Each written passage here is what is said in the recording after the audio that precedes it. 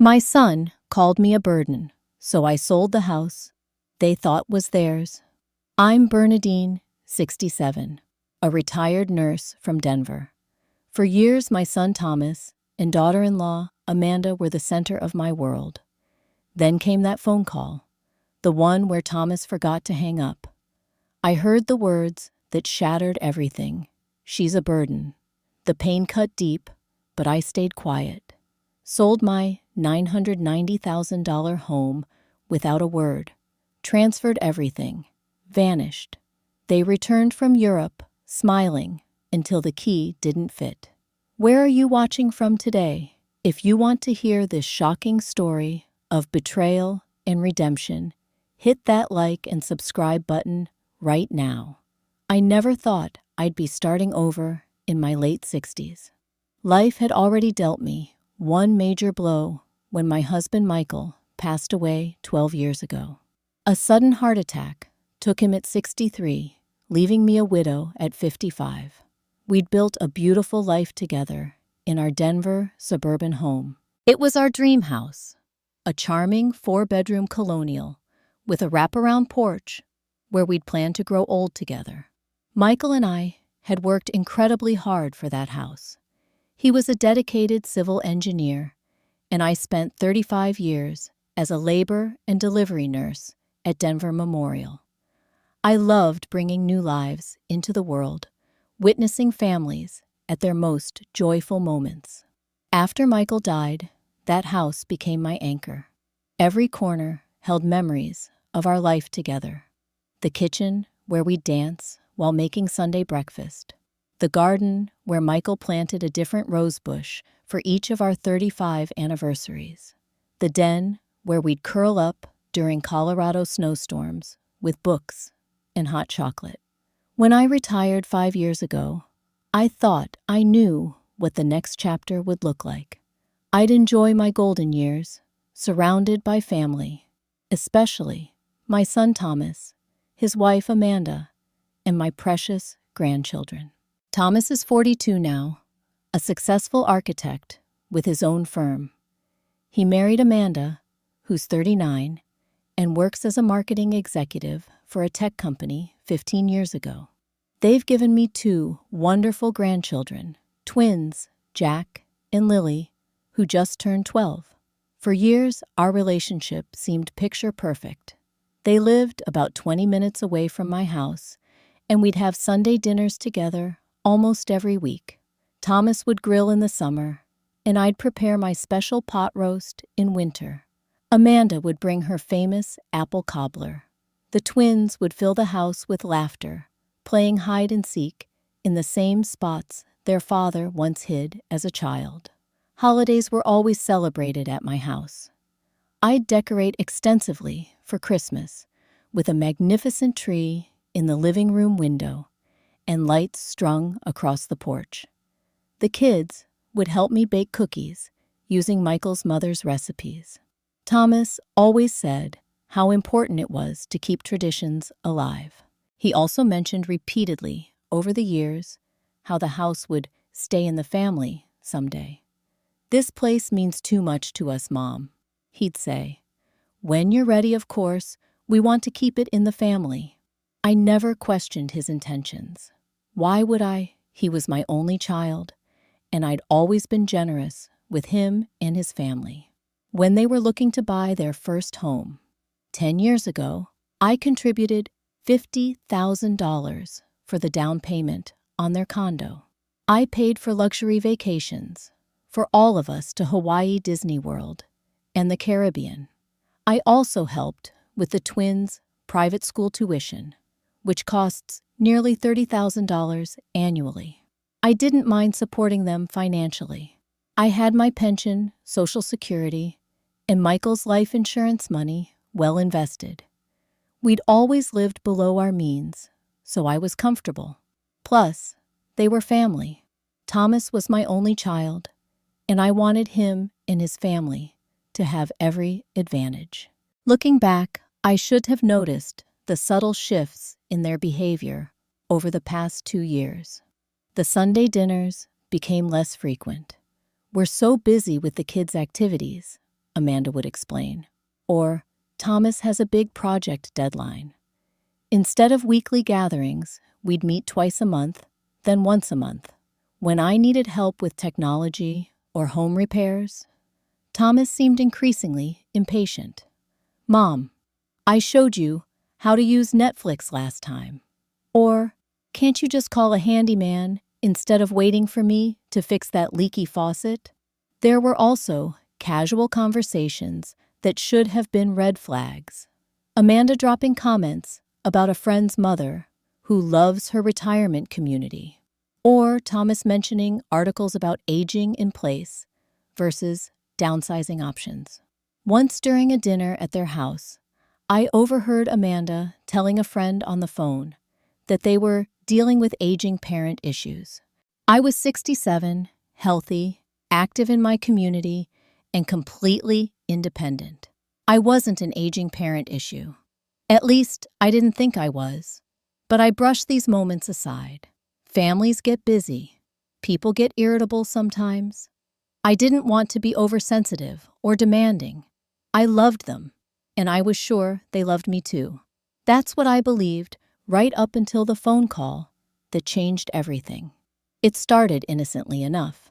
Thomas and Amanda had been planning a month-long European vacation for their 15th wedding anniversary. They'd been saving and planning for years, with an ambitious itinerary: London, Paris, Rome, Barcelona, and a week sailing around the Greek islands.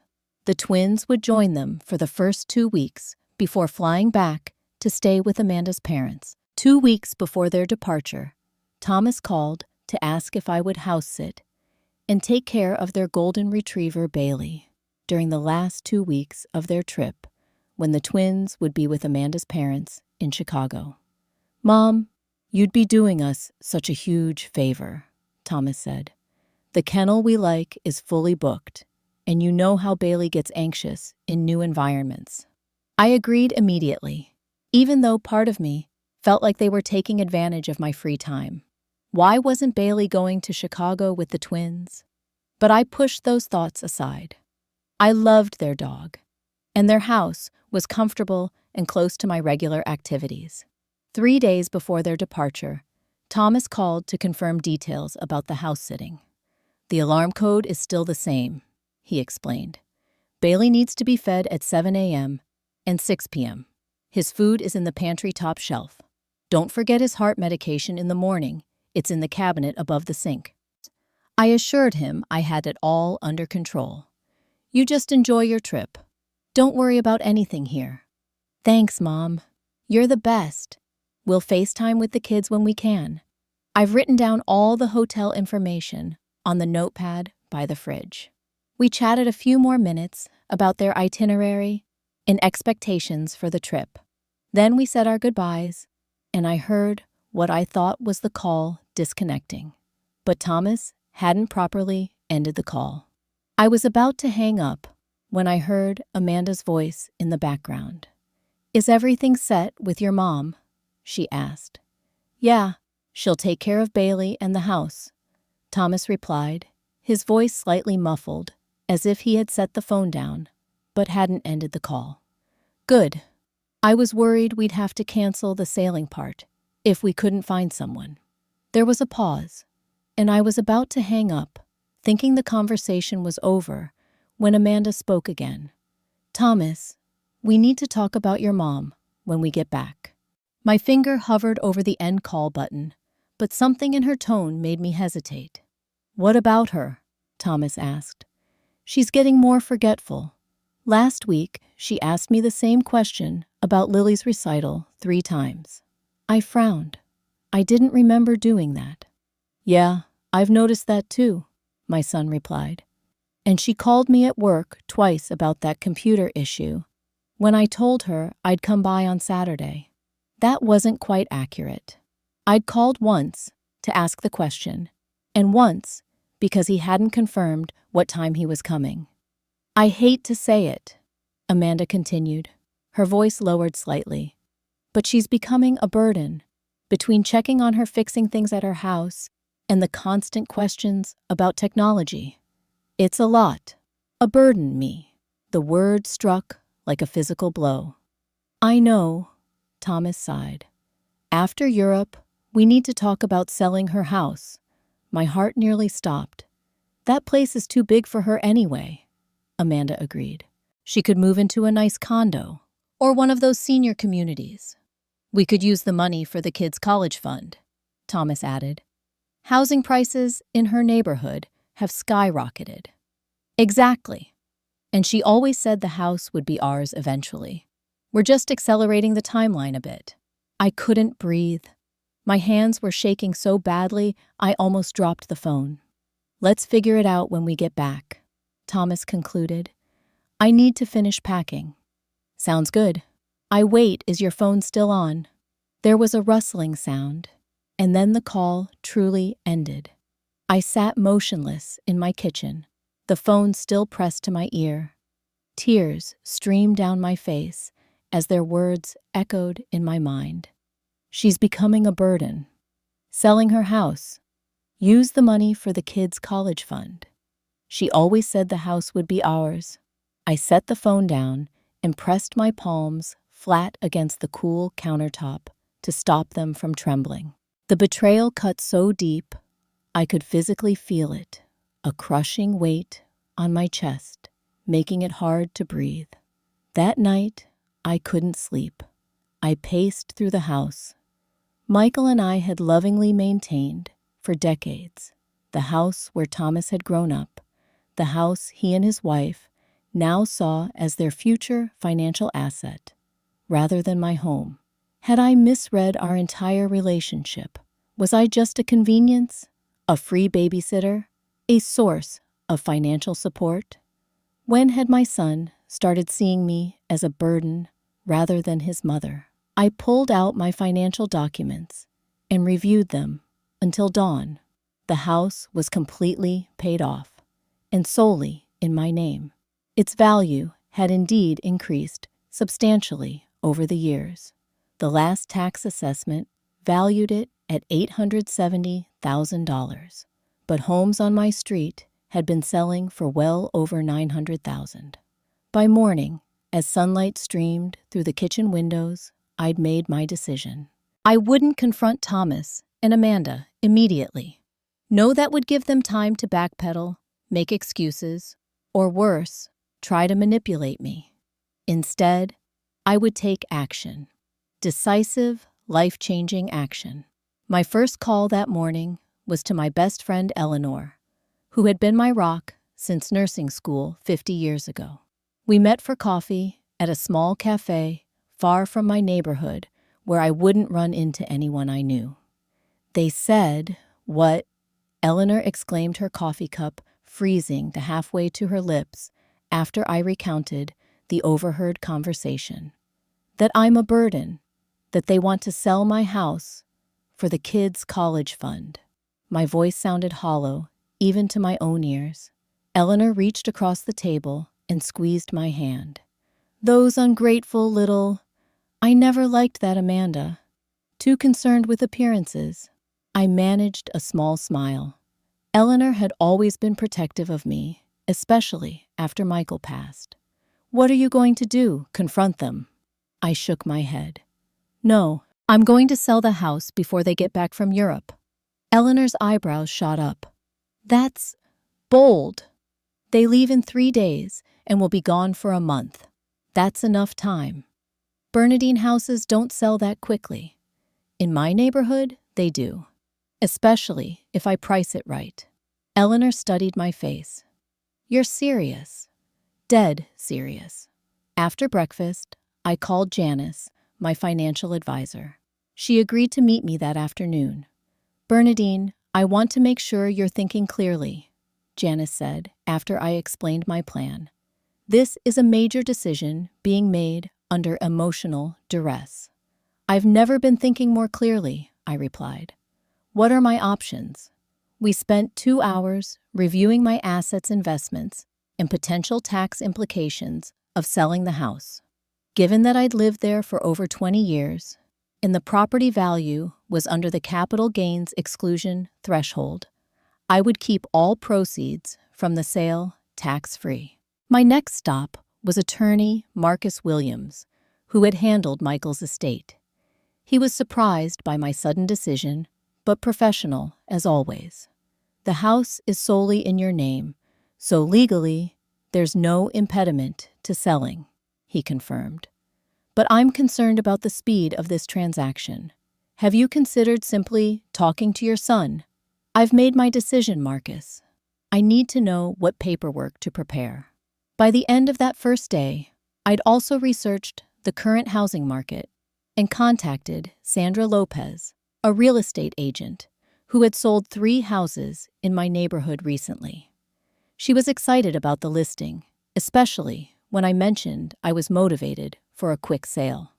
The market is extremely hot right now, she assured me. If we price it right and you're flexible on some terms, we could have this sold before your son returns.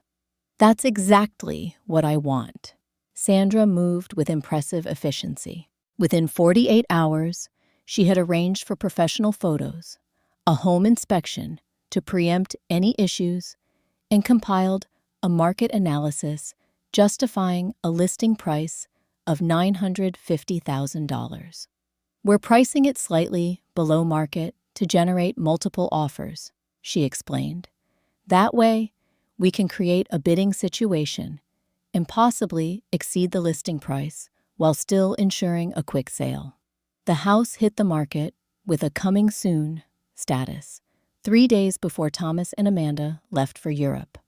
Sandra advised waiting until they were gone before holding showings to avoid any chance of them finding out. I hugged Thomas, Amanda, and the twins at the airport, wishing them an amazing trip, a smile fixed on my face that didn't reach my heart. Take good care of Bailey for the last 2 weeks, Amanda reminded me, and please water my orchids exactly as I showed you. Everything will be fine, I assured them. Just enjoy your trip. The moment their plane took off, Sandra changed the listing from coming soon to active, and the showings began. The process of showing the house while maintaining secrecy was challenging. I had to remove or hide personal photos that included Thomas and his family, in case any mutual acquaintances viewed the property. I told neighbors I was just exploring my options if they noticed the real estate activity. Within 5 days, we had 7 offers. 3 were above asking price, and 1 was an all-cash offer for $990,000 with a 15-day closing period. This is extraordinary, Sandra said. The cash buyer is an executive relocating from California. They need a quick close and are willing to let you determine the final move-out date within reason. I accepted the offer immediately. Meanwhile, I had to decide where to go. I didn't want to stay in Denver, where Thomas could easily find me. After considering several options, I settled on Portland, Oregon. I'd visited once with Michael and loved the temperate climate, the proximity to both mountains and ocean, and the walkable neighborhoods. Through a realtor contact of Sandra's, I found a lovely 2-bedroom condo in a senior-friendly building near Portland's Pearl District, priced at $420,000. I made an offer, which was accepted. I opened new bank accounts at a different bank from the one Thomas knew about. I started the process of changing my mailing address and notified only essential services of my upcoming move. Throughout this whirlwind of activity, I experienced moments of doubt and guilt. Was I overreacting? Should I give Thomas a chance to explain? Was I punishing my grandchildren for their parents' words? But then I would remember, she's becoming a burden. We could use the money for the kids' college fund. The coldness in their voices when they discussed my home, my life as if I were already gone. No, I wasn't overreacting. I was finally standing up for myself. The closing on my Denver home happened exactly 16 days after Thomas and Amanda departed for Europe. I signed the final paperwork with a mixture of sadness and resolve. This house had been the setting for 30 years of my life, filled with love, laughter, sorrow, and growth. The morning after closing, the moving company arrived. I had spent the previous 2 weeks carefully sorting through decades of belongings, making painful decisions about what to keep and what to let go. I kept Michael's wedding ring and watch photo albums and a few pieces of furniture with sentimental value.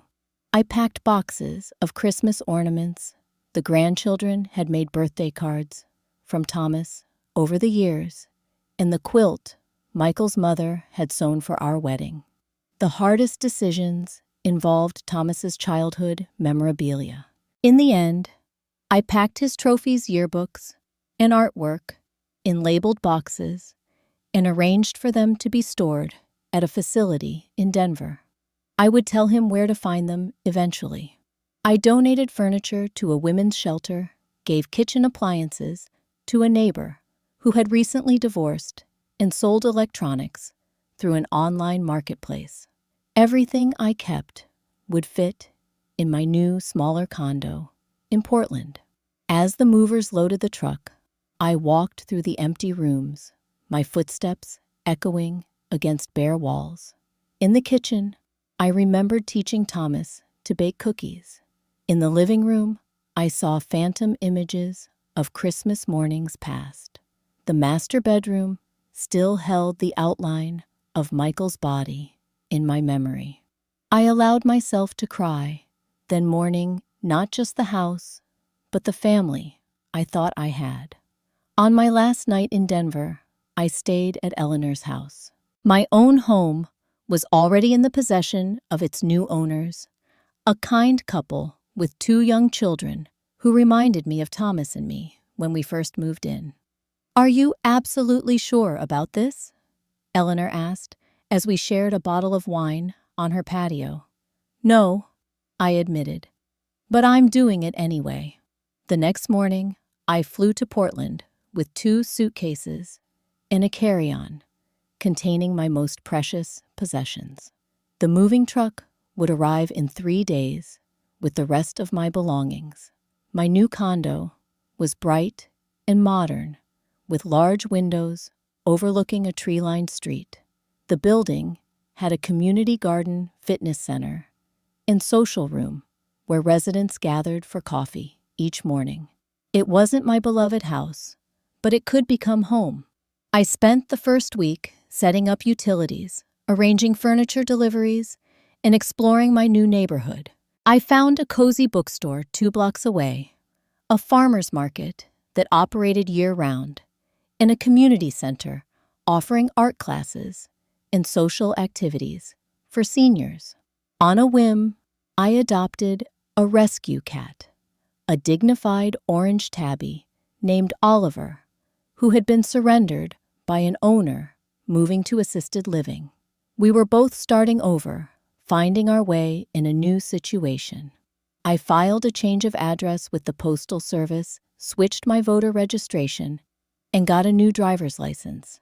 I kept my cell phone number, but blocked Thomas and Amanda temporarily. I wanted to control when and how we would eventually communicate. Midway through my son's European vacation, I received a text from Thomas. "Mom, how's Bailey doing? We're in Santorini now. It's beautiful. Can you send a pic of the dog?" I took a photo of Bailey in Thomas's backyard and responded, "Bailey is great. Enjoying your beautiful yard. Everything is fine with the house. Enjoy the rest of your trip." It wasn't technically a lie. The house was fine. It just wasn't mine anymore. I continued to care for Bailey, as promised, driving from Eleanor's house to Thomas and Amanda's each day before my flight to Portland. Eleanor would take over dog duties after I left, having agreed to help maintain the illusion until they returned. 2 days before Thomas and Amanda were scheduled to return from Europe, I made my final visit to my old neighborhood. I drove slowly past the house that had been my home, now with new curtains in the windows and different flowers in the planters. I felt a strange sense of peace, mixed with lingering sadness. I had loved this house, but it had become a symbol of betrayal. Now it would be a home for a new family, one that hopefully would fill it with genuine love. I left the house keys with Sandra, who would give them to the new owners, and texted Thomas one last time from Eleanor's house. "Welcome home tomorrow. Bailey can't wait to see you." I've left his food and medication on the kitchen counter. Then I turned my car toward my new life in Portland, 600 miles and a world away from the life I had known. I was unpacking books in my Portland condo when my phone exploded with notifications, texts, missed calls, and voicemails, all from Thomas and Amanda. "Mom, where are you? There are strangers in our house. The key doesn't work. What's going on? Call me immediately. Mom, what have you done? Answer your phone." I set my phone down and took a deep breath. This was the moment I'd been both dreading and anticipating for weeks. After giving myself a few minutes to steady my nerves, I texted Thomas. "I'm fine. The house has been sold. The new owners should be expecting you to pick up Bailey." Within seconds, my phone rang. I let it go to voicemail. Then it rang again and again. Finally, I sent another text. "I need some time. I'll contact you when I'm ready to talk." Then I temporarily blocked their numbers. I needed space to process my emotions without their immediate reactions overwhelming me. Later that evening, Eleanor called. "Holy hell, Bernadine. Thomas is losing his mind. He showed up at my house, demanding to know where you are." "What did you tell him?" "That you moved, and it's your business to share the details when you're ready." "He didn't take it well." "I expected that." I sighed. "He's threatening to file a missing person report." I laughed without humor. "I'm not missing. I've just moved." That's what I told him. I also suggested he think about why you might have done this. "Did he?" "No. He just kept saying it was his house and you had no right to sell it."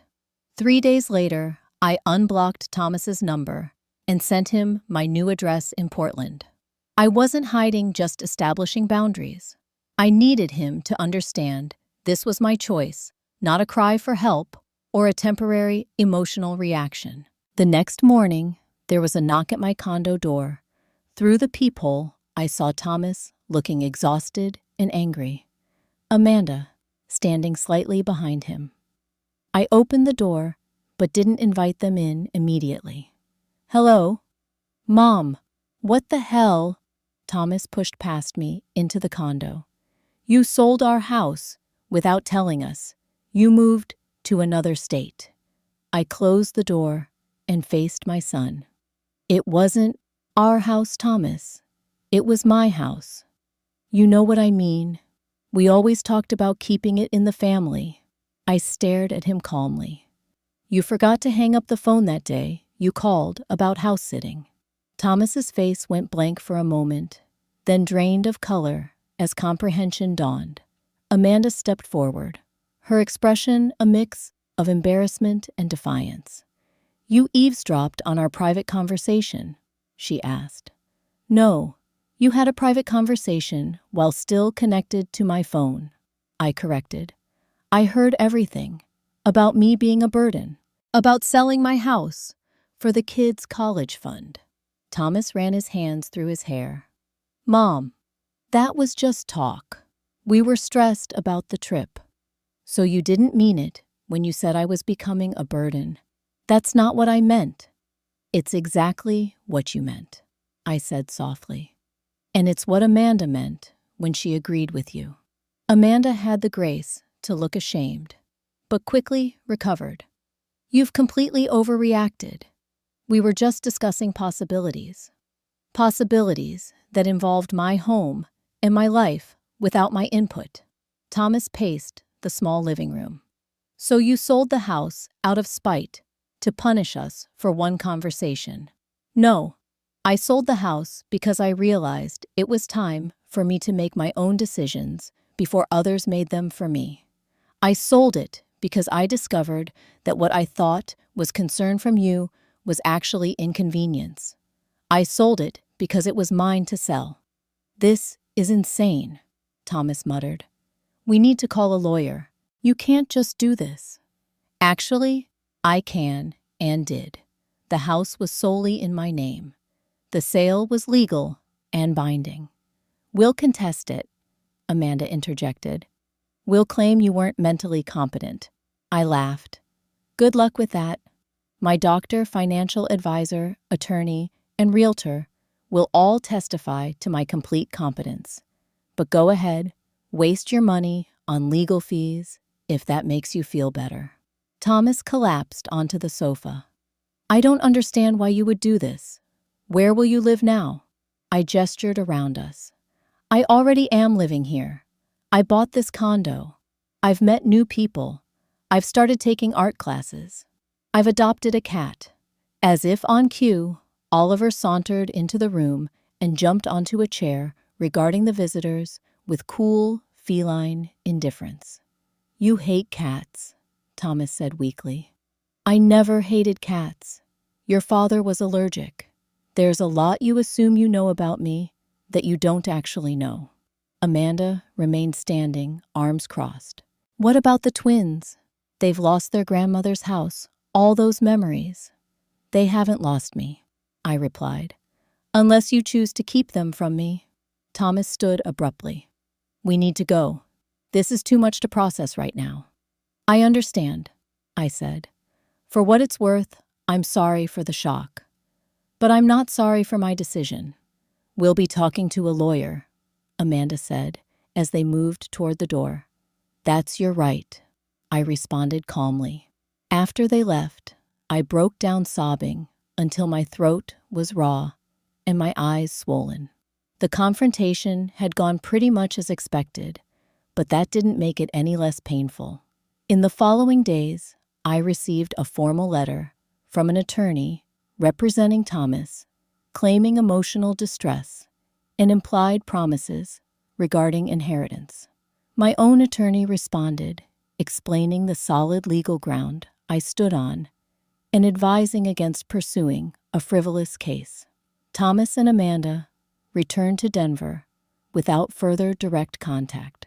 The twins sent tearful voicemails asking why Grandma had moved away and sold the house where they had so many memories. Those messages nearly broke my resolve, but I reminded myself that this wasn't about punishing my grandchildren. It was about claiming my own life. 3 months passed with no communication from Thomas or Amanda. I sent birthday cards to the twins with my phone number and address, but received no acknowledgement. The silence was painful, but I focused on building my new life in Portland. Portland's mild fall weather suited me. I established a comfortable routine, morning coffee at the corner cafe, volunteering at the local hospital, 3 days a week art classes on Thursdays, and community garden work on weekends. I made new friends, Rosalie and Daniel, a retired professor couple who lived down the hall, Georgia, a widow who taught the watercolor class I attended, and Sylvia, a retired pediatrician who coordinated the hospital volunteer program. These new relationships helped fill the void left by my family's absence, but they couldn't completely replace what I had lost. I missed my grandchildren terribly. Holidays approached, and the thought of spending Thanksgiving and Christmas alone weighed heavily on me. My volunteer work became my salvation. I helped at the hospital's information desk, directing visitors and providing comfort to anxious family members. The familiar medical environment reminded me of my nursing days, and the opportunity to help others in small ways gave me purpose. One evening in late October, 3 months after the confrontation with Thomas and Amanda, I received an unexpected piece of mail, A construction paper card decorated with crayon drawings and stickers. Inside, in careful 12-year-old handwriting, "Dear Grandma, we miss you. Love, Jack and Lily." Simple words that made me weep. The next day, my phone rang with a number I didn't recognize. I answered cautiously. "Grandma," a young girl's voice. "Lily, is that you, sweetheart?"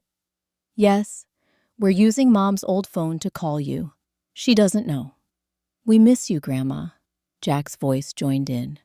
"Why did you move away? Are you mad at us?" "No, darlings, never at you," I assured them, tears streaming down my face. "I had a disagreement with your parents, but I love you both so much." "When can we see you?" Lily asked. "I don't know, honey. That's something I need to work out with your mom and dad." "They're sad," Jack reported. "Dad shouts a lot now. Mom cries sometimes." That information surprised me. I had expected them to be angry, but not sad. "We have to go," Lily whispered suddenly. "Mom's coming. Love you, Grandma." The call ended abruptly, leaving me both heartened and troubled. 2 days later, I received an email from Amanda. The formal tone suggested she had written and rewritten it several times. "Bernadine, I want to apologize for my role in what happened. The words you overheard were thoughtless and unkind. I've had time to reflect on how hurtful they must have been. While I still think selling the house without discussion was extreme, I understand why you felt betrayed. The twins miss you terribly. If you're open to it, perhaps we could discuss a way forward." Amanda. I read the email several times, analyzing every word. It seemed genuine, but I remained cautious. I responded that I appreciated her reaching out and would be open to talking further. Thomas, however, maintained his silence. According to Amanda's subsequent emails, he felt doubly betrayed, first by my overhearing their conversation, though that was their mistake, not mine, and then by my selling the house. The holiday season approached. I bought gifts for the twins and shipped them to Denver, uncertain if they would be given to the children. I decorated my small condo with a tabletop Christmas tree and the few ornaments I had brought from Denver. On December 15th, I received another unexpected call. "Thomas." "Mom," he said, his voice tight. "We need to talk, face to face." "I'm listening." "I'm in Portland. Can we meet for coffee?" An hour later, we sat across from each other at a cafe near my condo. Thomas looked thinner, with new lines around his eyes. "You look well," he commented stiffly. "Thank you. How are the twins?" "They miss you. They don't understand what happened." I nodded. "And do you understand what happened?" He stared into his coffee. "I understand that you overheard something hurtful and reacted. That's a simplification, but yes." Silence stretched between us. Finally, Thomas spoke again. "We're having financial problems. My firm lost a major project. Amanda's company is downsizing, and she took a pay cut to keep her position. The twins' school raised tuition again." I waited, unsure where this was heading. "I'm not telling you this for sympathy," he continued. "Just so you understand why we were talking about," he trailed off, "about selling my house to fund your lifestyle." I finished for him. He winced. "It sounds terrible when you put it that way." "How else should I put it?" "We were wrong," he admitted reluctantly. "But you could have talked to us instead of what? Taking control of my own life, making my own decisions about my own property. You know how much that house meant to our family." "Yes, I do. That's why it hurt so much to hear you planning to push me out of it." Thomas looked away. "We wouldn't have pushed you." "No, what would you call it?" He had no answer. "Thomas," I said gently, "what did you really want from me? Was it the house, or was it the money?" His face flushed. "We're not after your money. But you were planning how to use the proceeds from my house sale for the twins' college fund. Money that wasn't yours to plan for.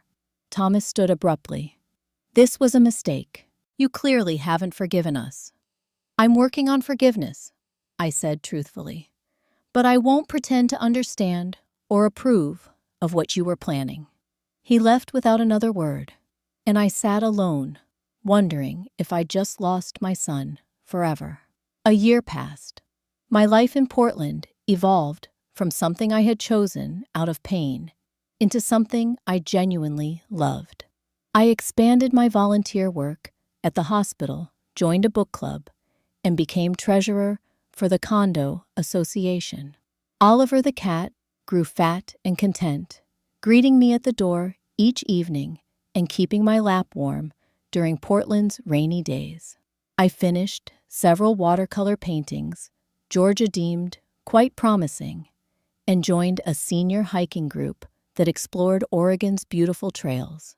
My relationship with Thomas and his family slowly, painfully rebuilt itself into something different.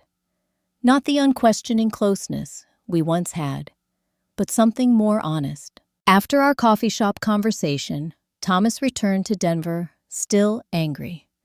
But a week later, he called again, his voice less defensive. I talked to Amanda, he said. Really talked about everything. About what you overheard, about the house, about our financial situation. And, I prompted when he fell silent. And we were wrong. We were thinking about your house as if it were already ours. We were taking you for granted. It wasn't a full apology, but it was a start. Over the following months, we established a new pattern of communication. Weekly phone calls, FaceTime sessions with the twins, careful conversations that gradually became more natural. I established clear boundaries from the beginning. I would not discuss my finances with them. I would not be made to feel guilty about my decision. I would not be their backup plan or safety net. For their spring break, the twins came to visit me in Portland, chaperoned by Amanda. They explored my new city with enthusiasm, declaring the food carts awesome and the waterfall hikes epic. Amanda and I maintained a cordial relationship, not close, but respectful. Thomas didn't come for that first visit, claiming work obligations. But by summer, he had softened enough to agree to a family vacation at the Oregon coast, where we rented a beach house for a week. On our last evening there, as we watched the sunset over the Pacific, Thomas finally offered the apology I'd been waiting for. I'm sorry, Mom, for everything, for making you feel like a burden when you've never been anything but generous with us, for assuming the house would be ours when it was yours to decide what to do with, for reacting with anger instead of understanding. I took his hand, my heart full. Thank you for saying that. I still don't fully understand why you had to move so far away, he admitted.